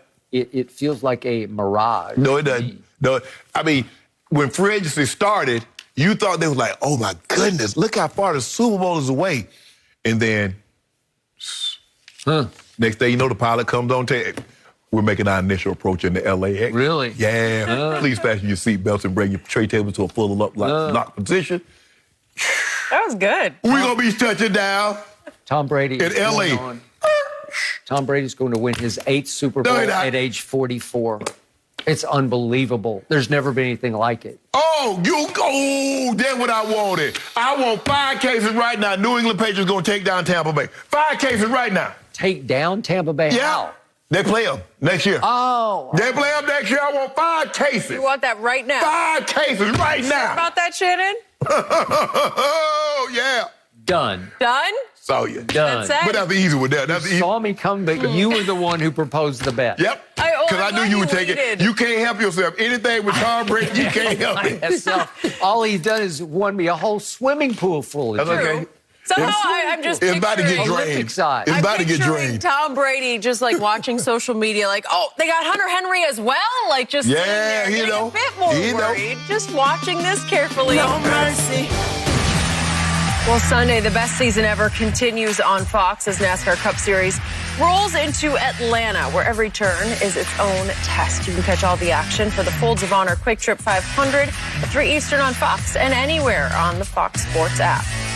Well, the Lakers beat out the Warriors last night, 128-97 in their best shooting performance of the season. Golden State couldn't handle a LeBron James, Montrezl Harrell attack as Harrell toasted Kayvon Looney and James Wiseman for 27 points on 14 shots, and LeBron had his fourth triple-double of the season. The Lakers are now 9-7 in the 16 games that Anthony Davis has missed. So, Shannon, how impressive was LeBron's triple-double last night? Very impressive what he skipped. He was on that. Boy, he had that step back going. Kelly Oubre couldn't do nothing. Andrew Wiggins couldn't do anything. It was very impressive, Skip. It was very efficient. It was impactful. 30 minutes, 13 shots. I can live with that. Played 30 minutes. Triple-double. What more could you ask for? In complete control. 22 points, 11 and 11. Didn't have to overly exert himself. And something tells me, a little birdie been telling me, say, Shannon, Skip gonna mention, how he came back in the game with 8 minutes and got a rebound so he can get a triple-double. Hey, we right there, Skip. We right there. Go on and get the triple-double. Get out there. It took him 30 seconds. That ain't no worse for the wear because we got a game tonight. You don't mention anything about that. Played last night. Got to play again tonight. Play again Thursday, Saturday, Sunday. All those games. Right now, guess where we are, Skip? The old proverbial catbird seat for the MVP because your front runner is where, Skip Bayless? Home with his knee up. Yep. Rested his knee. Wish him well. Come back soon, Joel Embiid. But that's our trophy to lose. Okay. LeBron James was great last night, and he's going to continue to be great until AD's return and renders his services. Okay. Now for the truth of what happened last night. This was the all-time glaring example of LeBron James' fourth quarter stat stuffing to get a triple-double. Oh, my goodness. It was embarrassing. It was humiliating for the home team, Golden State. I can't believe that Steve Kerr did not call out LeBron for what he did in the fourth quarter. For getting the one rebound? Let me finish. Because Steve Kerr is like an ambassador to the league, and LeBron is the face of the league, so he's not going to go there. But I promise you, deep down, Steve Kerr and his staff and Steph Curry and the other player and Draymond on that team, they got together in the locker room and said, man, want to talk about front running, want to talk about running up the score and piling on? That's what LeBron did to Golden State. Should have got together and say, how about play better next time? 1, 2, 3, break. So Golden State had played just the night before and had the win of the year for the Golden State Warriors. At home, they had wiped out the Utah Jazz, who still cling to the best record in the NBA. That score was 131-119, a complete wipeout of Golden State. Steph had 32 on his birthday. I assume he went home and celebrated his birthday and his night because he and his team came out flat last night. And LeBron and company had played Friday night, as we know, but they got Saturday off. They got Sunday off before they had a short trip up to Golden State for a Monday night game. That means that LeBron and company had played one game in 11 days. One game in 11 days. So they were fresh, and Golden State was flat, which is why going to the fourth quarter, your Los Angeles Lakers were up 20 points on Golden State. So the game is over. It's so over that Steve Kerr says, you know what? I'm done. I wave the white flag over here. I give up. No, Skip, stop doing that. Steph Curry never starts the fourth quarter. Draymond never starts the fourth quarter. They always start on the bench. So don't do that. Just the day before, your coach had talked about a new rotation plan for LeBron James that he will rest for the first few minutes of the fourth quarter. Well, he started the fourth quarter, and guess who didn't play in the fourth quarter? Steph didn't play. Draymond didn't play. 4 of the 5 Golden State Warriors did not play in the fourth quarter. Didn't play a single second of the fourth. Skip, even though they didn't play a single second in the fourth quarter, Steph Curry only played 1 minute fewer than LeBron James. Draymond Green only played 1 minute fewer than LeBron James. Down 20 going to the fourth. It's over. It's time for LeBron to just check it in and rest. You remember? It's supposed to be, the whole plan was, let's get him 30 his rest. minutes. Okay, you had a gift. They gave you a gift. You can rest the rest. You could play 24 minutes because you didn't have to play 6 minutes in the fourth quarter. I remember we had the same conversation. You remember the first time they played? The Lakers were up 19, and they lost the game in the fourth quarter, and you came out here and beat LeBron up. LeBron, you got to finish that. Now he finishes it. Now you use that against him. Golden State was finished. They're not playing their starters except for Kelly Oubre. He's the only one who started the fourth quarter. Skip. You just see it and say, that's it. We're out. Skip, we're done. It was the same situation the first game.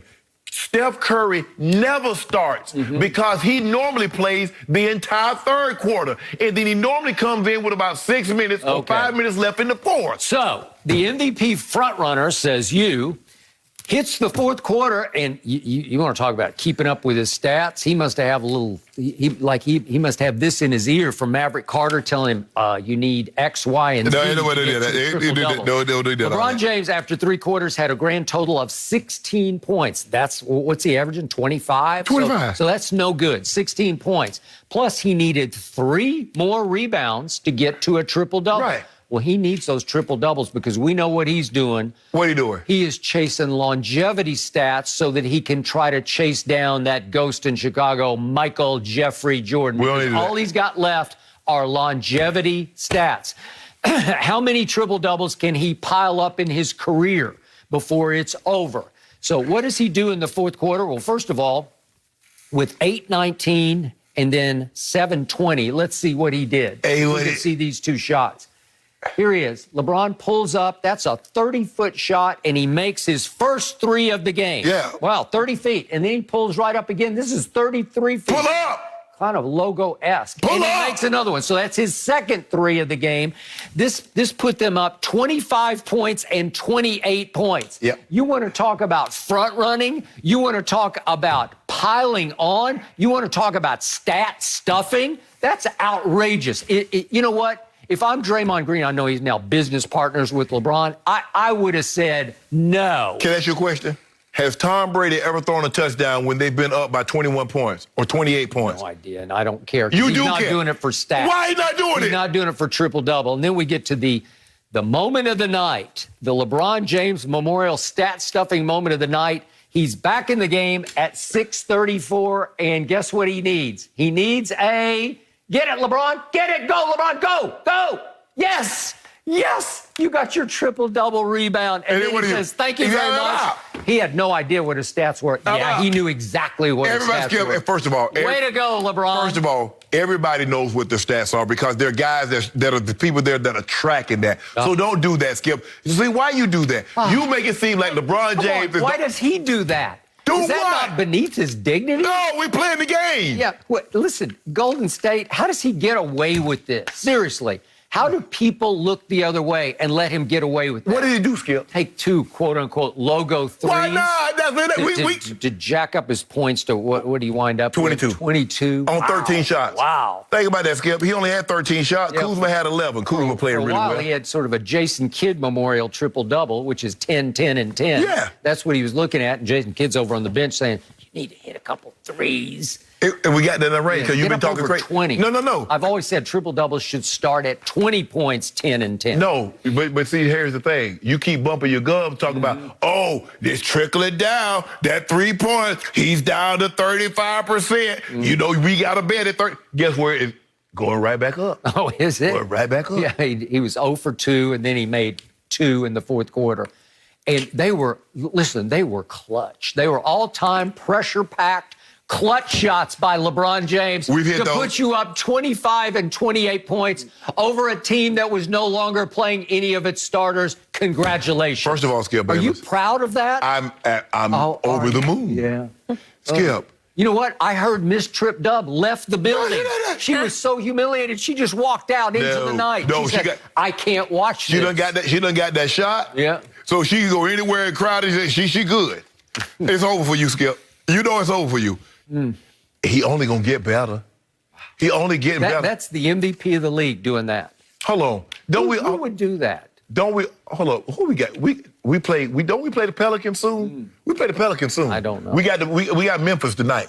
Gonna tap them. We gonna put something on Ja. Yeah. Okay. We gonna put something on Ja. Skip. Look. When the man's out there, he gonna play hard. He didn't shoot a whole bunch of threes. You say I don't want you shooting threes. He didn't shoot a bunch of threes last night. He only took how many threes he take, Skip? 4. He took 4. He 50%. Okay. He rebounded the ball. He got an offensive rebound, got 9 defensive rebounds, triple-double. He was plus 33 and plus minus. Congratulations, Shannon. The league wants LeBron to win it. They gave him 3 weeks off at mid-year. He's refreshed, he's recuperated, and he's even telling his coach, no, I don't like your new rotation because I need my stats. We got Minnesota tonight. Anthony Edwards, Carl Anthony Towns. That'd be good. That'd be good bet. I kind of like Ant-Man. Because you know Ant-Man posterizing people. Be careful. Really? Be careful. You scared? Because, you know, ain't nobody going to get caught like Reggie Jackson got caught by Jackson Hayes. And meanwhile, back at the ranch, would you believe that team in the basement that you ridiculed yesterday was playing back-to-back at Dallas last night and held them to 99 and won by an easy 10 points as Kawhi took over the fourth quarter? Yeah, and Paul George, who at that point in time was 4 of 17, rolling dice after he hit a shot that put him up 10 with 20 seconds on the clock. Really? Guess what? The Clippers have now gone 7-0 in back-to-backs this year, and Kawhi Leonard has played in 6 of those 7 victories. The Clippers lead the league in three-point shooting, lead the league in free throw shooting, and your team is terrible in both categories. And you guys are dead last in clutch scoring and dead last in defense in the clutch. Well, we weren't anything but clutch last night. Oh, really? Against the Mavericks? Y'all, we already whitewashed them twice. Kawhi dunked on Porzingis. Did you see that? Really? Oh, he tried to make up for what happened to Reggie Jackson. But we got something for y'all. Yeah. We got something for y'all. We already gave you something. Skip, that was Skip. The rings, we couldn't really see because the bling. I mean, we couldn't even see the goal. I mean, we shooting the air ball because all them diamonds in our eyes. Distracting, right? So shine bright like a diamond. I don't know, cubic zirconia. Don't do that, Skip. It doesn't work like that. Skip, where's y'all? Where's your rings? ring? What I know, Shannon, I will not be betting anything against the Lakers tonight for Minnesota. I'm going to leave it at that. Not right now. I don't have the confidence yet. No mercy. The Cowboys are in dire need of help at the safety position, which many hoped Jerry Jones would address to kick off the NFL's legal tampering period. However, the biggest move of the day for Dallas was its signing of veteran long snapper Jake McQuaid. Meanwhile, one of the best value moves of the day was that former LA Ram John Johnson, one of the top-rated safeties in this year's free agency class, reportedly signed a 3-year deal with the Cleveland Browns worth just over $33 million. So, Skip, this is your team. I got to start with you here. Are you surprised that the Cowboys didn't make a run at John Johnson? So, Shannon Sharp, I ran down yesterday a list of bargain bin free agents that I thought Jerry Jones might pursue, and I broke down each one of those. Yep. And you asked me immediately, well, what about John Johnson? Well, he's at the top of the heap because he's the best safety on the market. And I was still a little shocked that the Rams would let him get out of town. He's just too good. He's made too many plays. He did get his shoulder knocked down last year and wound up on IR for sort of the back half of the year. So I don't know if that factored in. If they thought he was damaged goods, I have no idea. But they're strapped against their cap because they paid big money. Aaron Donald, Jalen Ramsey just gave Leonard Floyd $16 million a year. Did. And they prioritized Leonard Floyd, obviously, over this safety. So he hits the market, and the shock to me was the Cleveland Browns, congratulations, they got him for about $10 million a year, and I thought he would command 15. Seriously, I just thought he was that good. I know safety, a lot of people don't prioritize that position. No. It's not a big money position, but still, that term, safety, it connotes that it's a safe position. It's like the last line of defense. Well, we got to rename the position in Dallas because you can't call them safeties. They're unsafe, right? They're liabilities. We could call the position liability, right? Xavier Woods, you start at liability, right? Yeah. Okay, so that's what I've had to deal with. Donovan Wilson was a pleasant surprise last year, but he's more of a Thumper. He's a sticker hitter. thumper. He brings some thunder from that position, but can he cover the way you need to cover? I don't know. It's shaky at best. So Xavier Woods is also a free agent. Is he going to go somewhere? Are they going to keep him? And I thought, well, maybe if at $10 million, did Jerry even kick the tires on this one? I don't think so. So I don't know where they're going. I don't know what they're doing. They were all too quiet yesterday. I didn't hear a peep out of Dallas. I heard lots out of just about everybody except Dallas, right? Yep. Did nothing. So it's time. I thought Dak, they finessed him to $22.2 million against the cap. They restructured every contract on both sides of the ball. I think every contract got redone and pushed back, to your point, voidable years. The NFL is going to have to do something about this. But I thought they had created enough cap room. I told you from the start, there were 2 significant free agent signees available within that cap. Right. But you're going to have to pick and choose very carefully. And I guess they decided John Johnson III, who they've seen up close and personal because they have played the Rams when he's been flying high. Right. I guess they said, too rich for our blood. But again, he's a player. And now they've got Grant Delpit is coming off Achilles. I didn't love Grant Delpit at LSU, but he's still a first-round pick. Right. So all of a sudden, Cleveland got way better at safety. And they still have Denzel Ward. They do. So they're strong. They're Greedy, stout. I think Greedy Williams still there. Yes. Skip, hold on. You said something earlier in the segment about your mom said that you get what you pay for. Yep. So what are you guys going to pay for? So what you want to play? A $1 million for a safety? $500,000? I mean, what you want to pay for a safety? Okay, I told you there's only one way to get out from under this, and it's Earl Thomas. Well, why doesn't that make sense? I don't know why anybody would scoff or laugh because at that. Jerry doesn't want that in his locker room. Okay, why? What again, He turned over the new leaf. Okay, who's your new coordinator? Dan Quinn. Dan And Quinn. he coached in Seattle, Earl Thomas. Yes. So surely he has some feel for how to sort of deal with him or handle him or coexist with him, whatever you have to do. Is Earl hot-blooded and full of, yep. He's a great player. Right. I mean, and I'll throw that word around loosely. He's the best I've seen this side of Baltimore's Ed Reed, Hall of Famer. Well, Skip, you got Anthony Harris, who's probably going to cost you a little bit more than Johnson. You got Trey Boston, who was released from Carolina. That's in your price range. You say you want to spend somewhere between $5 and $6 million. I guess so. That's in your price range. Yeah. I just don't think the Earl Thomas. You got 2 Atlanta guys that Dan Quinn coached. That you probably could get those for less Keanu than Neal and Ricardo Allen. Right. But So Atlanta didn't want either one of them. Right. That was supposed to be in Dan Quinn's system where Earl Thomas and Cam Chancellor were. Okay. So you probably can get one or both of those guys on contracts less than the $5 million. So you're in the bargain, the bargain bin where you want to be. I just don't think the Earl Thomas situation is going to happen in Dallas. Okay. He self-destructed in Baltimore. We know the story. Seattle. Even Baltimore gave up on him. And to your point, when Baltimore says no, usually the whole league sits back and says, no. Right? And that's what's happening. Yes. Earl Thomas grew up in Texas and South Texas wanting to be a Dallas Cowboy. He chased Jason Garrett all the way up the ramp in 2017 after the Seahawks had won at Dallas and said, come and get me. He was the hottest property at that point, and Dallas tried to come and get him twice.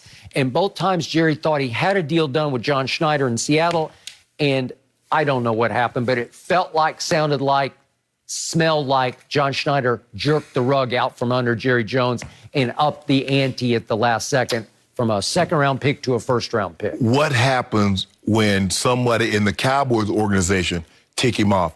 Is he going to run up the tunnel and ask Joe Judge to come get him?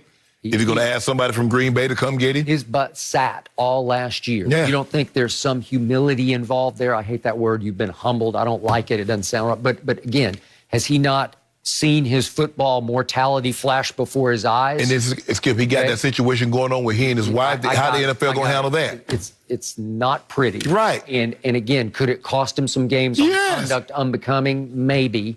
But the point is that he's only 31 years of age, and in that one season he played at Baltimore, he made the Pro Bowl. You can say it's off reputation, but he's just a great player. So you don't think he'd be on his best behavior on a cheap 1-year reprove yourself deal to show the league I can play for the team that I grew up wanting to play for? Well, damn, Skip. I mean, Baltimore gave him like $14, $15 million a year, and he wasn't on his best behavior there. So why would you think he'd be on his best behavior here? But he was entitled and empowered by the money that they gave him, right? Now he's not. It just makes sense to me. You say, man, Skip, we get Earl Thomas, it's over for you. I'm sitting over here from where I'm sitting. I mean, you sound really desperate. It's kind of pathetic too, Skip. It's almost like you begging to get Earl Thomas. It's sad. Okay, I'm not desperate. I'm just completely realistic. I'm a realistic, objective Cowboy fan, and we haven't had much at that position back to Darren Woodson. Embrace 9 and 7. Embrace it. Like You already admitted that the Dallas Cowboys are going to win the NFC. But Skip, you admitted it. Skip, that's not saying much. Yes, it is. It means you get a seat at the playoff table, and that's all I want. But you already know how it ends for you at a seat at the playoff table. I don't know. You get dismissed early. Okay. Before the good food come, the entrees. You get the appetizer, a salad, and you go. Okay. I told you it's time for Dak Prescott to take it up one more level. He is capable, number 4 is, of playing like the 4th pick in the draft. And yet, on occasion, he plays like a 4th-round pick, which is what he was. What about your defense? We don't need that. What about your defense? What are you going to ask them to do? We got to restock on the fly. We got to go. We got to re-sign Aldon Smith, a revelation, a godsend last year. We have DeMarcus Lawrence. He has to play up to his contract. We have Randy Gregory, who can fly off the edge the way just about nobody else can. So when you got D-Lock going to play up to that contract? Okay, well, next year. Now, they got their leader back. There's no more animosity between Jerry and Dak. The smoke has cleared. It is. From the It's locker still room. animosity because you say you overpaid for me. Well, and you told me that right there sitting next to me. He did. Well, it was just the God's truth. It ain't no God's truth. No, it ain't no God's truth. You got your money. You that you begrudgingly gave? Well, it's just too much money, but it's okay. Somehow Jerry finagled it to 22.2 under the cap next year. This is the year. Skip, go for it. I don't know if the lady's going to be happy if the gentleman begrudgingly gives her a ring. Jenny, you happy about that? Exactly. Don't bring me into You begrudgingly gave me my money that I rightfully deserved. No, he shouldn't have mentioned it, but it's Jerry. That he overpays for all the good things in life. But she demanded a house up in Bel Air next to you on your block. About me here. I don't need to live in Bel Air. The husband said, well, I can't afford that. Well, you better afford it, or you can't afford me. You can't afford the house, you can't afford me, because I ain't cheap. Okay, again, I got expectations. This is not the conversation you guys need to bring me into, but I appreciate that. No mercy. Well, Bruce Arians has kept his promise that the Bucs would find a way to keep the bulk of their team together after reworking Tom Brady's contract, franchise tagging Chris Godwin, bringing back Rob Gronkowski, and re-signing Lavonte David and Shaq Barrett. But 4 pivotal members of the Super Bowl winning squad are still unsigned, namely Antonio Brown, Leonard Fournette, Ndamukong Suh, and Ryan Suckup, all of whom performed well in the postseason. So, Shannon, I'll start with you here. Of those guys, who stays and who goes? For me, Skip, I believe Suh is the one that has the most options.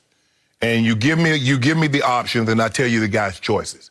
I believe Antonio Brown's options are very limited. So his choice, more than likely, is to go back to Tampa and play on a very similar deal. Skip, he made decent money by the time because he hit his incentives as far as catches, as far as yards, maybe playoffs. So he made some decent money. And I think around the league, people are like, well, only Tom can, because he's been a flame out everywhere he's been, other than with Tom in New England. He still had that little slip up he should never push in. And then he was on his best behavior. Bruce Arians laid it out abundantly clear. You're here to do this. Any slip ups outside of that, bye, you go. After saying he is not a fit in our locker room. Exactly. Okay. Tom talked to me and said, BA, I can control him. Yeah. And Ndamukong Suh, Skip, still playing at a high level. I believe he has the more of the options, so he'll have more choices. The question is, does he come back at $8 million, or does he want a little bump in pay? Suckup, I think, Skip, you're going to have to get Suckup. Why would you go in a different direction when the guy was that good for you last year? You don't want to be tinkering with that. You don't want to get like, you know what, we should have just bit the bullet, went ahead and paid him the $2.5, $3 million, whatever he's asking for, Skip, and we could have had this behind us, because You don't think about field goal kicker, the place kicker, Skip, I do. Until they hit the upright or they shank one right left, and then you like, damn, that cost us a ball game. So I'm going to say Sue is the most likely not to return. Leonard Fournette, Skip, I mean, he played well, but you don't think it's possible for them to find another guy that can do what Leonard Fournette did? Well, I mean, Ronald Jones can do it. He's already on the roster. But get another back. I think they want a two-headed monster, Skip, because I think that served them really well. One guy gets nicked, you can rely heavily on the other guy. You got your guy Keyshawn Vaughn from Vanderbilt University, although he fumbled the ball and kind of got... That was Doghouse City after that. That's one thing about BA, Skip. You messed that up. You in the doghouse for about 3 or 4 weeks. Especially if you're a rookie. Yeah. So I'm going to say Sue is the less likely to return, and I'm going to say Fournette and AB are more than likely to return. Reportedly, Sue is in talks with the Bucs to stay, but I am with you. The most likely to leave is Sue. He has a legacy of leaving. He's got a little mercenary, right? Yes. Okay. So if somebody even pays him $1 million more, that's $1 million. Right. And I think it's going to be limited what Tampa can do. I might be surprised by that, but I think it's going to be limited. Right.